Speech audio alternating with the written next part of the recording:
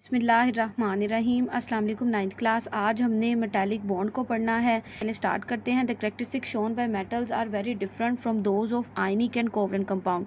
कहते हैं जो मेटल कैरेक्टरिस्टिक्स का मतलब होता है खसूसियात।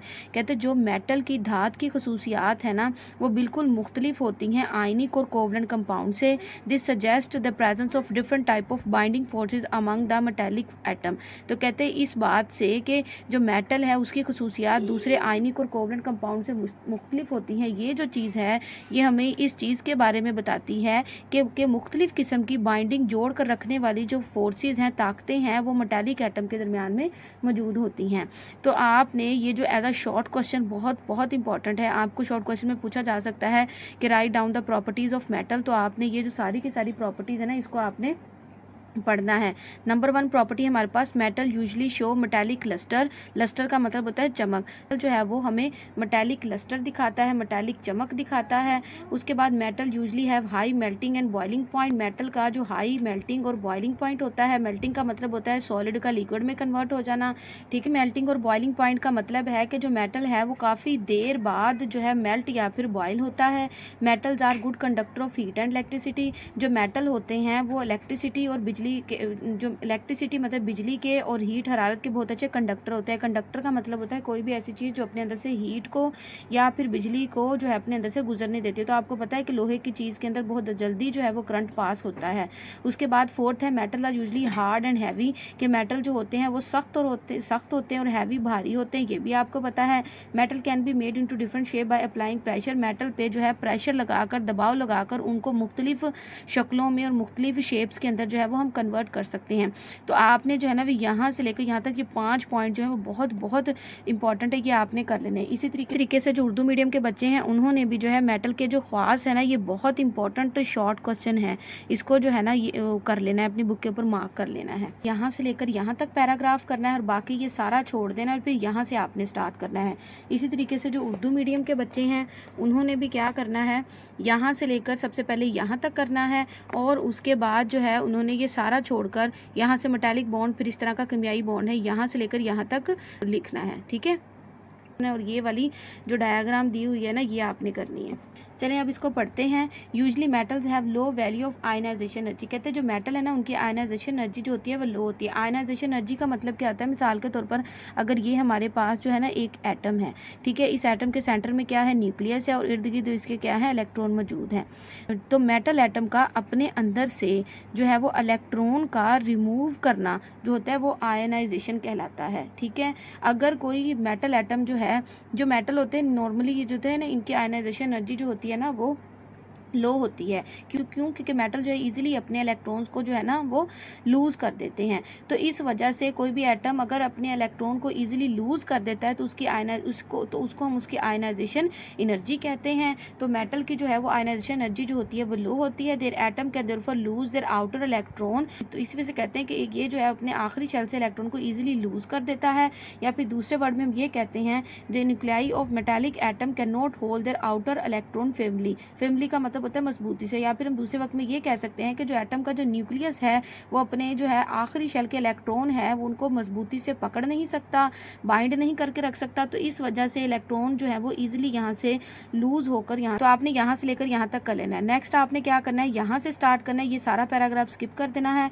अ metal will appear to have a sea of electron in which all the nuclei of atom are. कहते हैं जो मेटल है उसके अंदर जो होता है इलेक्ट्रॉन का एक समंदर होता है। In which all the nuclei of atom, जिसके अंदर एटम, तमाम एटम की जो न्यूक्लियाई मतलब न्यूक्लियस है, सबमर्ज मतलब डूबे हुए होते हैं। अ मेटालिक बॉन्ड कहता है जो मेटल का बॉन्ड है is therefore a type of chemical bond which has positively charged ion bounded together by the mobile electron. अगर यहाँ तक इंग्लिश मीडियम के बच्चों ने सबसे पहले मेटालिक बॉन्ड की डेफिनेशन कर लेनी है, उर्दू मीडियम के बच्चों ने यहाँ से लेकर यहाँ तक जो है वो मेटालिक बॉन्ड की जो डेफिनेशन है उसको कर लेना है।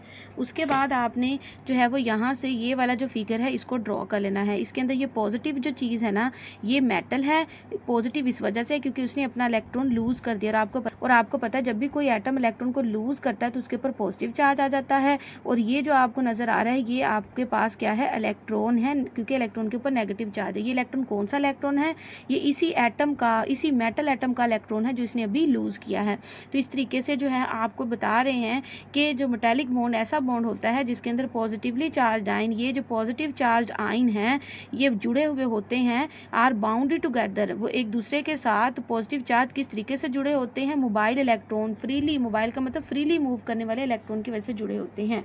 ठीक है, उसके बाद आपने क्या करना है, यहाँ पर एक क्वेश्चन बनता है कि on which factor strength of metallic bond depend, कि मेटालिक बॉन्ड की जो स्ट्रेंथ है, मजबूती है, वो किस पे डिपेंड करती है। तो इसका आंसर यहाँ से यहाँ तक है, the strength of metallic bond depend upon the two factor, the number of positive charges present the positive ion and the number of mobile electron set free by each atom. तो metallic bond है उसकी जो strength है, उसकी मजबूती दो factor पे depend करती है। नंबर 1 के कितने पॉजिटिव चार्जेस जो है वो पॉजिटिव आयन के ऊपर मौजूद है, the number of mobile electron, और कितने जो है वो फ्री इलेक्ट्रॉन यहाँ पर मौजूद हैं।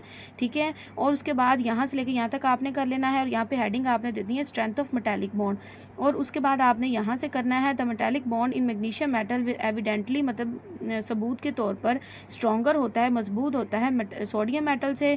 This explain why the magnesium metal melt at high temperature than sodium metal. तो इसलिए कहते हैं कि जो मैग्नीशियम मेटल जो है वो हाई टेम्परेचर पर जाकर मेल्ट होता है, और सोडियम जो होता है वो लो टेम्परेचर पर ही मेल्ट करना शुरू कर देता है। क्यों? क्योंकि मैग्नीशियम के अंदर मेटालिक बॉन्ड स्ट्रॉन्ग होता है, और सोडियम के अंदर मेटालिक बॉन्ड मैग्नीशियम की निस्बत उतना स्ट्रॉन्ग नहीं होता। क्यों? क्योंकि अगर आप देखो यहाँ पर ये सोडियम का स्ट्रक्चर है। ठीक है, सोडियम ने अपने अंदर से एक इलेक्ट्रॉन को जो है वो लूज कर दिया है। ठीक है, तो अब ये जो है यहाँ पर इसके ऊपर सिर्फ एक पॉजिटिव चार्ज मौजूद है, लेकिन अगर आप यहाँ पर मैग्नीशियम की बात करते हैं तो मैग्नीशियम के ऊपर जो है वो दो पॉजिटिव चार्जेस मौजूद हैं। तो यही चीज़ ये बता रही है कि कोई भी मेटल एटम कितना स्ट्रॉन्ग होगा, ये बात डिपेंड करती है कि उसके ऊपर कितने पॉजिटिव चार्जेस मौजूद हैं और उसने कितने फ्री इलेक्ट्रॉन को अपने अंदर से जो है वो रिमूव किया। अगर आप यहाँ पर देखो तो मैग्नीशियम के ऊपर दो पॉजिटिव चार्जेस मौजूद हैं, और इसने दो ही इलेक्ट्रॉन को जो है ना, फ्री इलेक्ट्रॉन को अवेलेबल किया है।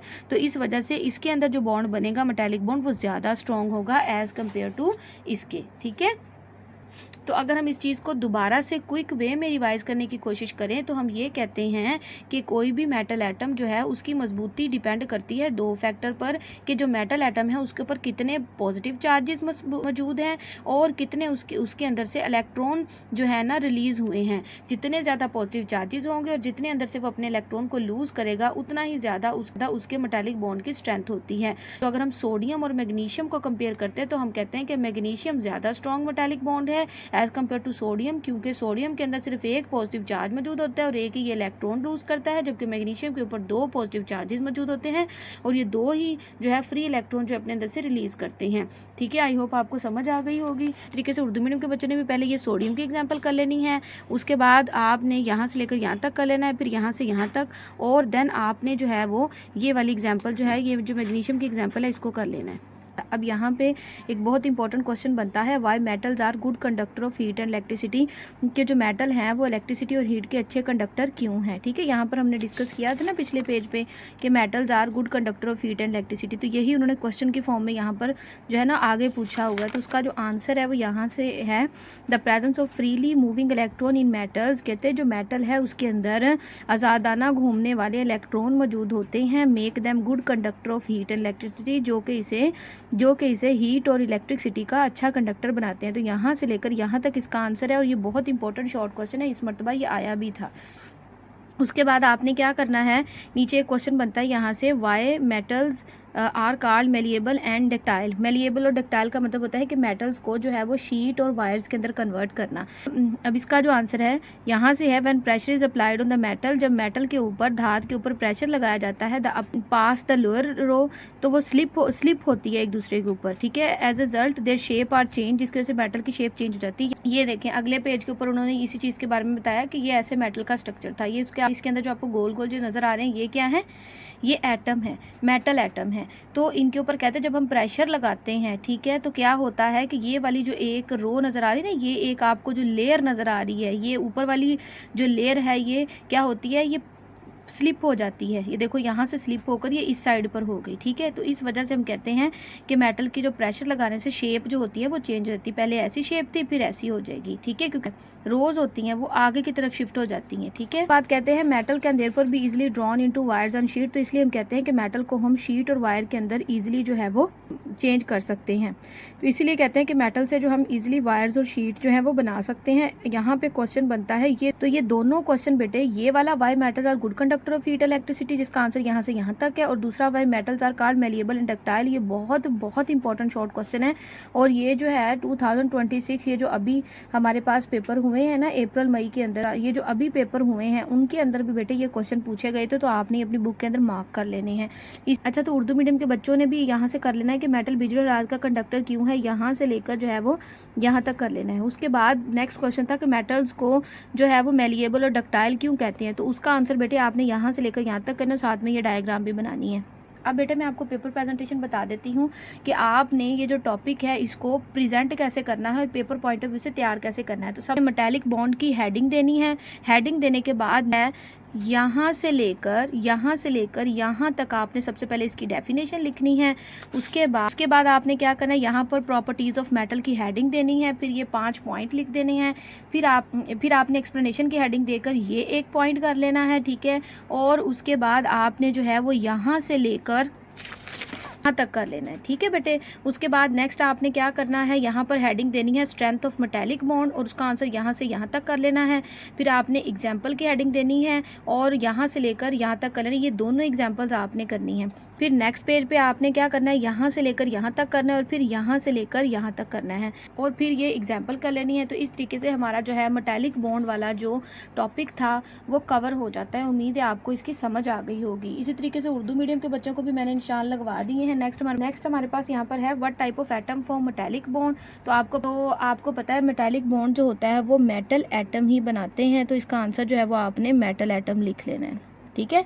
ये इसका आंसर है। उसके बाद फिर इसका जो आंसर बनेगा कि metal atom forms metallic bond, ये आंसर हो जाएगा। इस तरीके उर्दू मीडियम के बच्चों ने लिख लेना है कि मेटल एटम जो है वो मेटालिक बॉन्ड बनाते हैं। Give comparison of metallic bond with ionic bond. अब आपने क्या करना है, मेटालिक बॉन्ड और आयनिक बॉन्ड के अंदर कंपैरिजन करना है। आपने इस तरीके से लाइन लगानी है और 2 पॉइंट में आपने इसकी जो है ना कंपैरिजन करना है। पहले आपने मेटालिक बॉन्ड की डेफिनेशन लिखनी, फिर आयनिक बॉन्ड की लिखनी है, फिर इसी तरीके से आपने एक मेटालिक बॉन्ड की एग्जांपल दे देनी और एक फिर आयनिक बॉन्ड की एग्जांपल देनी है। तो इस तरीके से आपका ये कंपैरिजन जो है वो कंप्लीट हो जाएगा। उम्मीद है आपको इस वीडियो की समझ आई होगी। अगर वीडियो पसंद आई तो वीडियो को लाइक शेयर करना है, चैनल पर नहीं तो चैनल को सब्सक्राइब करना है। अल्लाह हाफिज़।